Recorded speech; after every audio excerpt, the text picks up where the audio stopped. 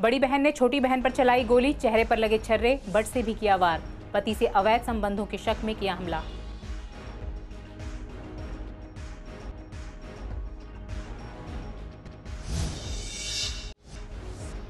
ससुराल वालों पर दहेज हत्या का केस दर्ज, हत्या या आत्महत्या, पुलिस कर रही जांच।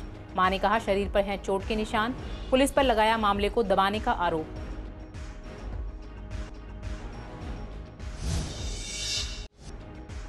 कामकाज में फिसड्डी साबित हुए आप के विधायक, यमुना पार के बीजेपी विधायकों ने मारी बाजी। प्रजा फाउंडेशन ने जारी किया विधायकों का रिपोर्ट कार्ड।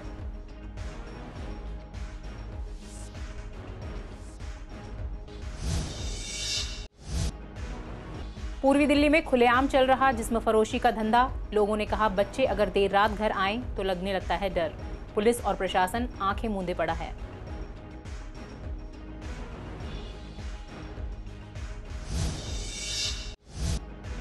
पूर्वी दिल्ली के कई फुटओवर ब्रिज जर्जर, कुछ का हुआ कायाकल्प, कुछ को अब भी मेंटेनेंस का इंतजार। लोगों ने कहा यहां गार्ड भी होना चाहिए ताकि गुजरने में न लगे डर।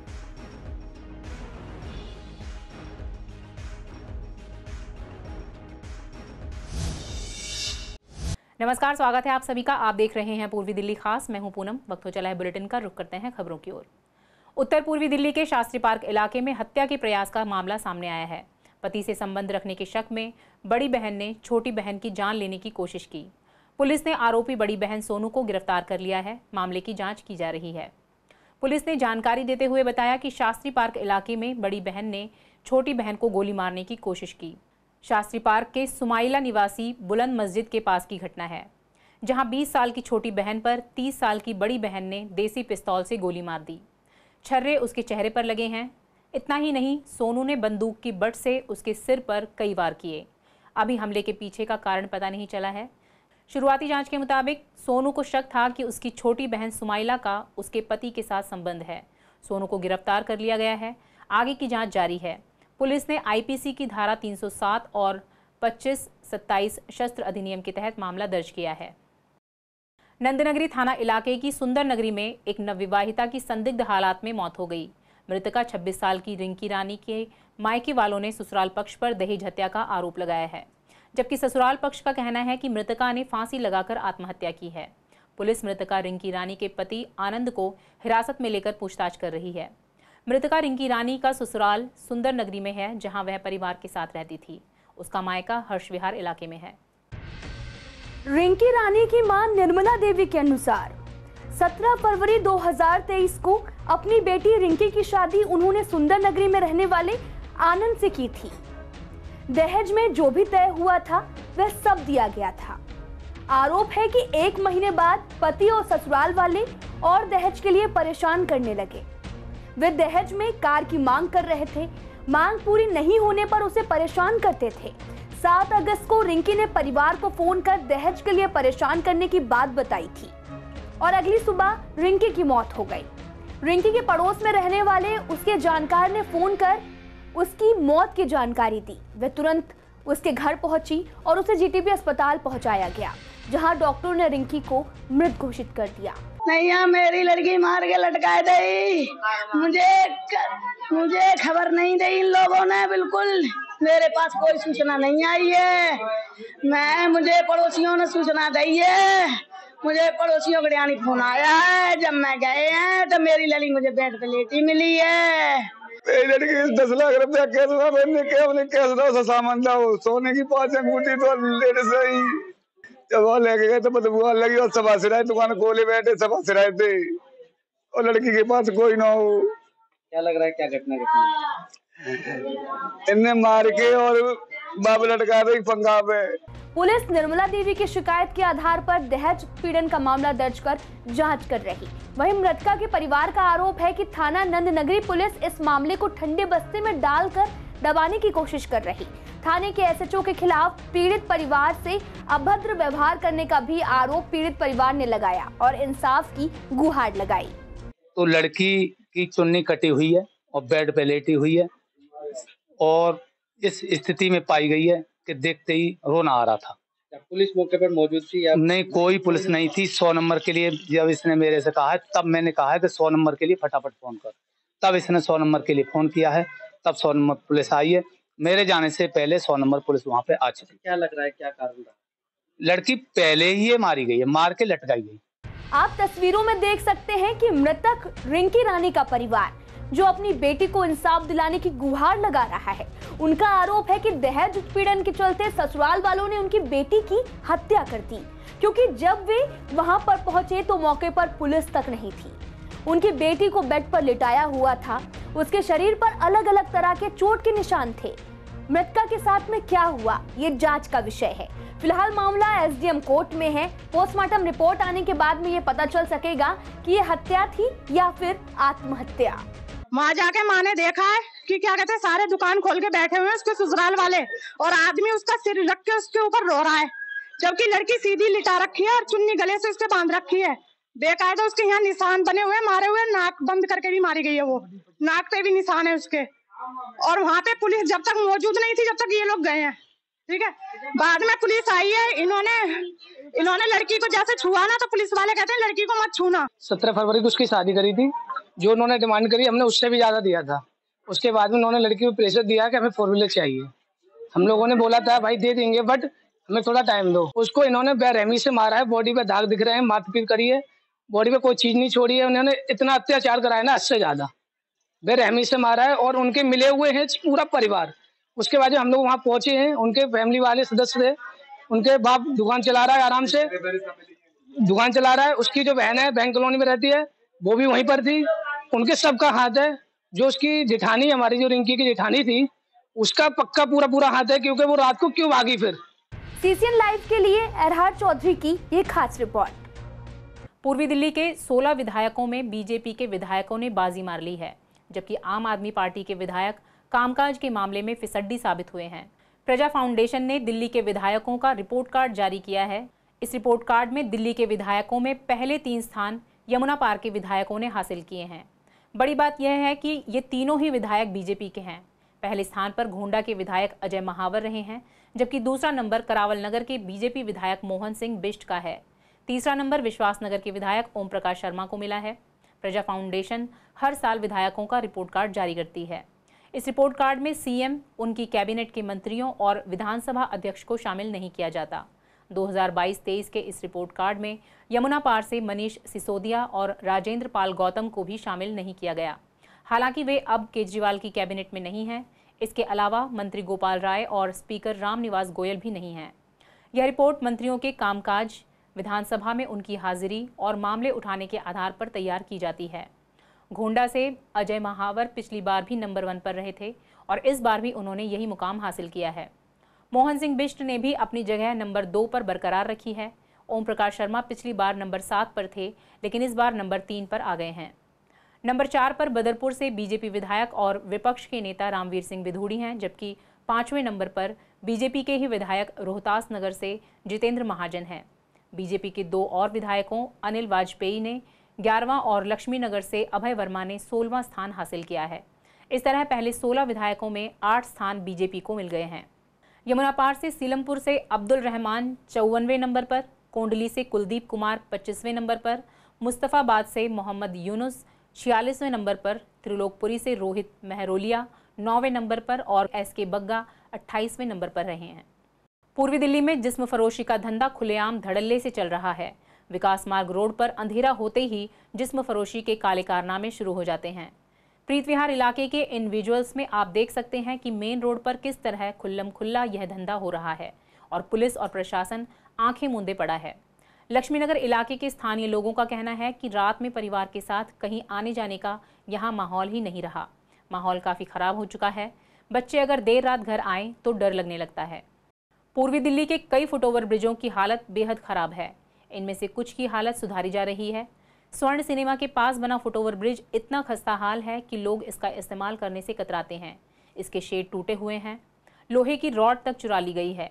इतना ही नहीं, यहाँ की एस्केलेटर भी चोरों ने चुरा ली। दूसरी तरफ कृष्णानगर के पास बना फुटओवर ब्रिज भी कुछ समय पहले खराब हाल में था। कुछ समय पहले ही इसे रिपेयर किया गया है। यहाँ शेड लगाए गए हैं, लाइटें भी लगाई गई हैं। लोगों का कहना है कि यहाँ गार्ड की व्यवस्था भी होनी चाहिए ताकि यहाँ से गुजरने में डर न लगे। अब लोग इस फुटओवर ब्रिज का इस्तेमाल करने लगे हैं, लेकिन अब भी कई लोग सड़क को बीच से ही पार कर रहे हैं। इससे हादसों का खतरा बना रहता है। करते हैं सारे, अब ऊपर से ही आते हैं। पहले उतना नहीं जाते थे, टूटे फूटे रहते थे, कोई नहीं जाता था। मैं बहुत नशेड़ी लोग बैठे रहते थे, जब से बना है उतना नहीं रहता। अब यहाँ यही है, जब बंद तो जाता है, लेकिन नशेड़ी लोग रात दिन सब बैठे रहते, तो डर लगता है। शाम के टाइम आते हैं, दोपहर में भी डर लगता है। हाँ, गार्ड हो जाना चाहिए कि नशेड़ी लोग यहाँ बैठे ना, जो आने जाने वाला को डर ना लगे। पहले बिल्कुल ये सीट सब खुला था, अभी ये हफ्ते भर के अंदर ये सीट सब लग गया।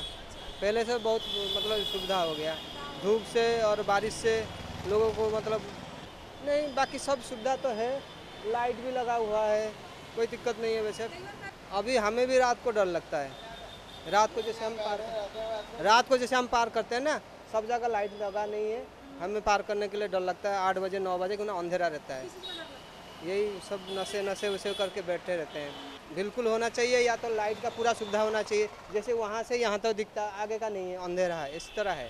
गार्ड तो वैसे तो सब जगह नहीं लगा सकते हैं, अगर लाइट भी सब जगह लग जाए, जैसे रोशनी रहे, तो उनको डर रहे कि हाँ लाइट है तो कोई छेड़ा-छेड़ी वो सब नहीं कर सकते। यहीं से जाते हैं, धूप रहती थी, पहले बारिश होती थी तो पानी आता था, अब अच्छा हो गया है। यहाँ पे ये सारे क्या कहते सेट लग गए हैं और सफाई भी हो गई है। यहाँ पे तो ये गुटखा वुटका खा के थूकते थे, उससे सफाई हो गई है।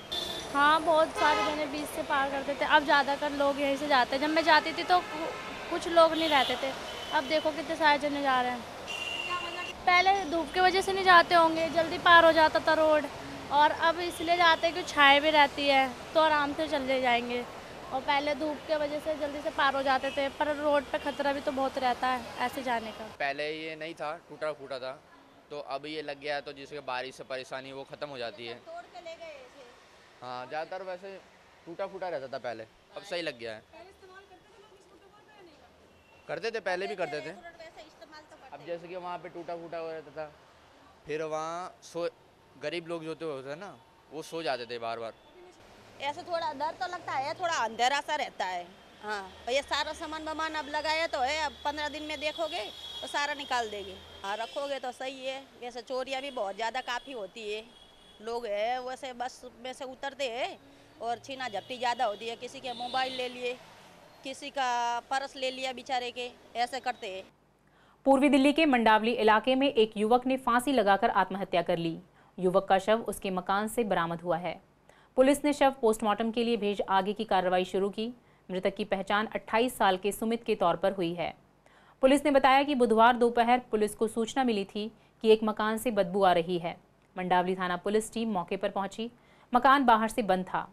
गेट का दरवाज़ा तोड़कर पुलिस अंदर दाखिल हुई तो वहां युवक का शव पंखे से लटका मिला। शव से बदबू आ रही थी। आशंका है कि युवक की मौत कई दिन पहले ही हो गई होगी।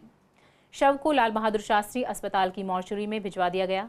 पूछताछ में पता चला कि मृतक सुमित किराए के मकान में अकेला रहता था।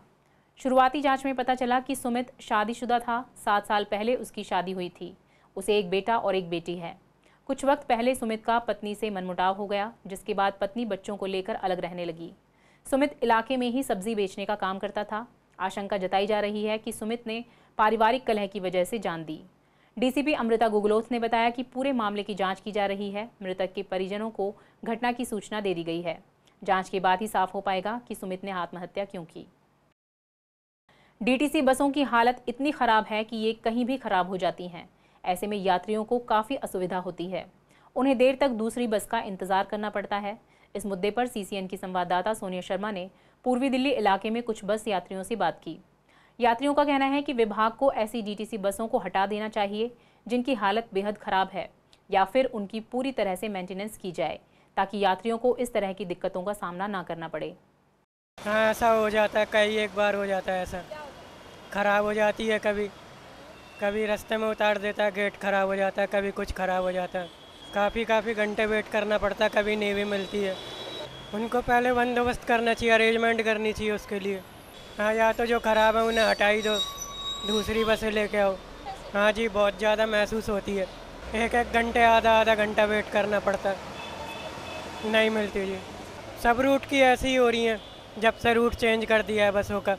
तो जो टेक्निकल फॉल्ट जो भी है, पुरानी बस है उसको अप टू डेट करा जाए, और पुरानी बसें अगर आउटडेटेड हो चुकी है तो उसके बदले नई बसें लाई जाए।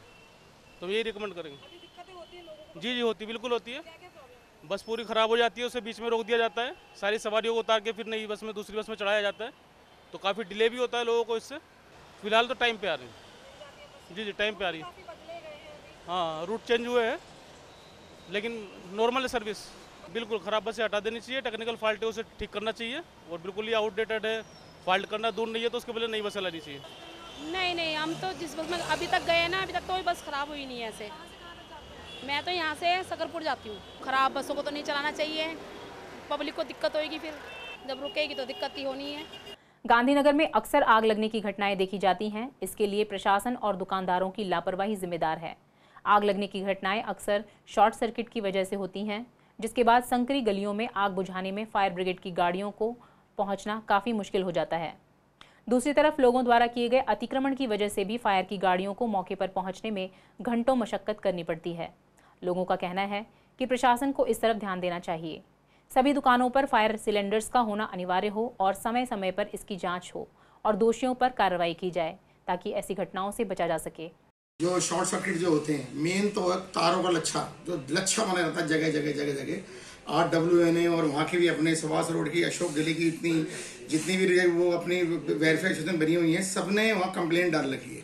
तो एक DSO वालों से भी अपना खास अनुरोध, कृपया आके चेकिंग करें। ज़्यादातर शॉर्ट सर्किट होता है, एक दुकान से दुकान, कटरे से कटरा मिला हुआ चल रहा है बिल्कुल। तो हम तो ये चाहेंगे, एक तो फायर का इंतजाम होना चाहिए, हर दुकान पर फायर लगी होनी चाहिए, फायर की व्यवस्था होनी चाहिए। जो लगाते हैं फायर का सिलेंडर लगाते हैं, वो सबको लगाना चाहिए, और समय समय पे आकर फायर वालों को भी दुकानों पे चेकिंग करनी चाहिए। चारों अशोक गली से लेके और आप झील तक जाने के अंदर बिल्कुल कभी बाई चांस वहाँ कुछ 25% वहाँ पर रेजिडेंस एरिया भी है, वो लोग अगर एम्बुलेंस में कोई बीमार पड़ जाए तो आप निकल नहीं सकते वहाँ से। समय समय पे ट्रैफिक वाले भी आते हैं, दिल्ली पुलिस भी आती है, MCD भी आती है, लेकिन आए और महीने 2 महीने के बाद फिर खत्म हो जाता है, फिर वही का वही जाम रहता है। हमारे यहाँ पे जो अग्निशमन जो गाड़ी है, जो अग्निशमन केंद्र है, जो सेंटर है अग्निशमन, वो काफी दूर है, और हमारे यहाँ पे गांधीनगर बहुत ट्रैफिक जाम रहता है और बहुत कंजस्टेड है। अभी विधायक जी ने इसी वजह से जो बीच के एक अभी जो डिवाइडर थे वो भी तोड़वाए थे, और वो उससे ट्रैफिक पे फर्क भी पड़ा था काफी, और जो गाड़ियां आने में थोड़ा सा आसान भी हो गया था। लेकिन इतनी अक्रॉचमेंट गांधीनगर में है, इतना कंजस्टेड गांधीनगर को कर दिया है कि जो अग्नि वाली गाड़ी है वो पहुंचने में, अग्नि की तो एक बहुत दूर, अगर कोई इमरजेंसी भी किसी के भगवान न करे किसी को तबियत खराब हो जाती है तो उसको ले जाना बहुत मुश्किल होता है। गांधीनगर इतना कंजस्टेड और इतनी दिक्कत भरा हो गया है, यहाँ पे सभी के ही होने चाहिए, क्योंकि चाहे आग के लिए तो सब कुछ ही, कुछ भी मतलब जायज नहीं है, और आग इक्विपमेंट तो अपने फायर इक्विपमेंट तो हमारे यहाँ होने ही चाहिए, क्योंकि उसकी तो हर छोटी से छोटी और बड़ी बड़ी इंडस्ट्री है, बड़ी बड़ी फैक्ट्रियां हैं, और उसमें तो अगर पड़ोस में भी कोई दिक्कत आती है तो फायर इक्विपमेंट तो जरूर होने चाहिए।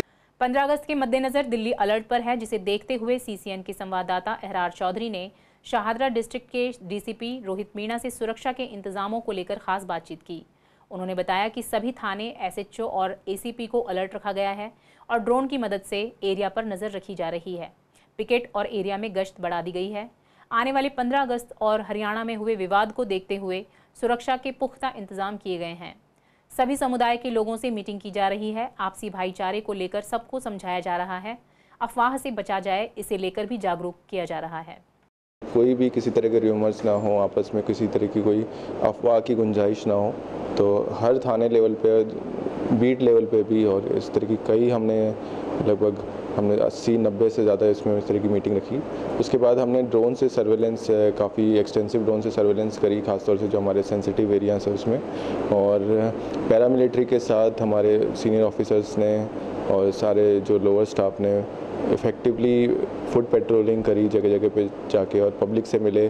पब्लिक का अगर कोई डाउट है तो उनको रिड्रेस किया कि उनको कोई समस्या है, कई लोगों को ये था कि ये चीज़ बंद है, नहीं है, और उन सब के बारे में जो भी भ्रम थे उनके दूर किए।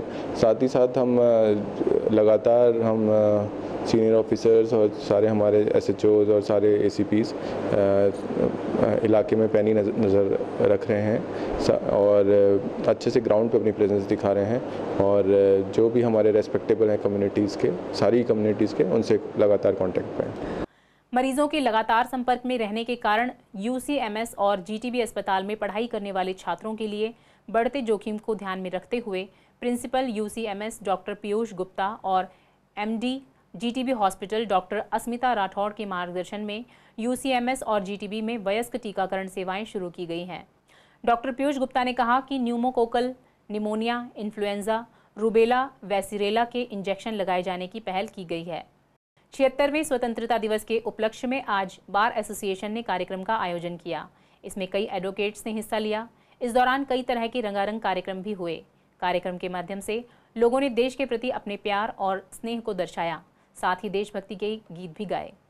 आज़ादी का अमृत महोत्सव का लास्ट यानी कि 76 स्वतंत्रता इंडिपेंडेंस डे मना रहे हैं और आज जो बड़ी खुशी के दिन है बात है कि हमारा 77 साल बाद 76 साल बाद हमारा जो देश की तरक्की हुई है बहुत अच्छी हुई है। आज हम विश्व की तीसरी सबसे बड़ी शक्ति आर्थिक रूप से शक्ति है और आने वाले टाइम में हो सकता है हमारी दूसरी शक्ति और एक बार नंबर 1 पर भी हो सकती है। 76वां अमृत महोत्सव स्वतंत्रता दिवस का बड़े धूमधाम के साथ मनाया जा रहा है, जिसमें सीनियर एडवोकेट्स और हमारे सभी मेंबर्स यहाँ उपस्थित हैं।